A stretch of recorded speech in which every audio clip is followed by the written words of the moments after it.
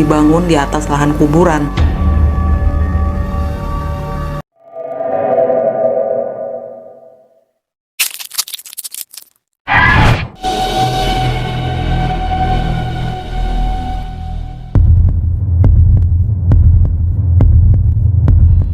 Halo YouTube, balik lagi bersama Susana di sini di segmen Otis, dan di episode kali ini gue mau cerita tentang Menara Saidah.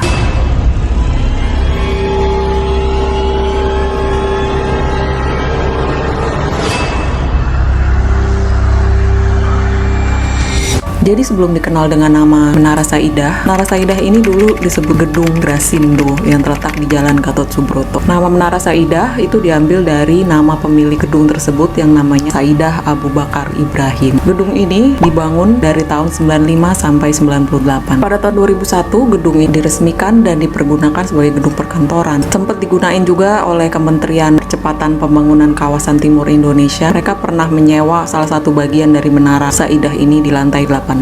Jadi gedung Menara Saidah ini mempunyai arsitektur yang sangat-sangat unik guys, menggunakan arsitektur Romawi yang bahan-bahannya semua diimpor dari Italia. Jadi atap dari gedung Menara Saidah itu mereka menggunakan desain dari Las Vegas. Jadi kalau kita masuk lobinya, kita bisa ngelihat atap gedung itu bisa berubah-berubah, nuansanya bisa diganti-ganti. Menara Saidah itu awalnya cuma 15 lantai, tapi dibangun lagi ulang menjadi 28 lantai. Mungkin karena dibangun dan direnovasi ulang, yang awalnya cuma 15 lantai menjadi 28 lantai, gedung ini terlihat sedikit miring. Bahkan dari pengamat perkotaan untuk kota Jakarta sendiri menyebutkan kalau Menara Saidah itu termasuk dalam gedung yang kategori gagal bangun karena ada keteledoran di saat pembangunannya. Tapi walaupun gedung Menara Saidah ini banyak masalah di fondasi gedungnya, pada tahun 2007 tetap banyak masyarakat yang ingin menyewa gedung tersebut. Salah satunya ialah Universitas Satyagama. Dan puncak permasalahan gedung Menara Saidah itu terjadi di tahun 2012.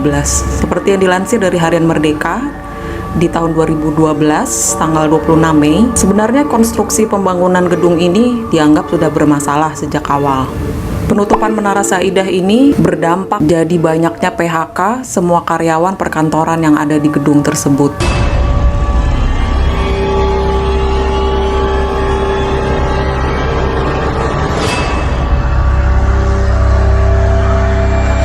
Dan dari banyaknya isu, nggak cuma kemiringan fondasi gedung itu aja yang menjadi masalah. Orang-orang di sekitar gedung Menara Saidah itu juga percaya bahwa gedung Menara Saidah itu dibangun di atas lahan kuburan. Hal inilah yang membuat Menara Saidah dianggap angker dan menjadi tempat destinasi untuk uji nyali. Salah satu cerita horor di gedung Menara Saidah itu ialah ada hantu penunggu lift. Jadi menurut cerita seorang karyawan yang pernah bekerja di gedung Menara Saidah, suatu hari dia selesai kerja dan ada barangnya yang ketinggalan. Jadi si karyawan itu dia kembali naik ke kantornya pada waktu malam hari. Jadi kondisi gedung itu udah sepi dan gelap. Jadi yang sangat menyeramkan. Jadi si karyawan itu dia coba naik untuk ke kantornya dengan naik lift. Tapi di tiap lantai, lift itu kebuka sendiri dan lampunya itu meredup. Dan dia menuju ke atas lagi, pintu lift tersebut malah kebuka terus. Jadi si karyawan itu memutuskan untuk keluar dari lift dan dia naik tangga untuk menuju kantornya. Kisah serem selanjutnya di basement Menara Saidah. Jadi di Menara Saidah itu juga dia memiliki basement. Tapi di basement itu, menurut kesaksian para karyawan yang pernah bekerja di kantor tersebut, di basement itu banyak dari mereka yang mendengar kayak ada suara yang manggil atau suara tangisan, hingga mereka merasa kayak ada yang mencolek badan mereka waktu mereka di basement. Dan cerita horor selanjutnya itu ada penampakan wanita berbaju merah. Jadi pada suatu malam ada seorang wanita yang disebutkan berbaju merah. Dia meminta satpam untuk menemaninya ke lantai 14. Kata wanita berbaju merah tersebut dia ingin menemui adiknya. Dan satpam itu dia ikut menemani si wanita berbaju merah itu. Tapi nggak tahu gimana tiba-tiba wanita berbaju merah itu hilang seketika di dalam lift. Dan menurut kejadian saksi mata di saat itu, satpam itu terlihat pingsan di dalam lift tersebut. Dan kisah horor selanjutnya, Menurut pengakuan dari beberapa supir ojek online, mereka mengaku mendapat orderan penumpang dari Gedung Menara Saidah. Tapi seperti yang kita tahu, Gedung Menara Saidah itu sudah tidak mempunyai penyewa dan tidak ada penghuninya. Dan si supir ojol itu mendapatkan order penumpang di jam 11 malam. Dan tentu aja di gedung itu sudah gelap dan tidak ada orang.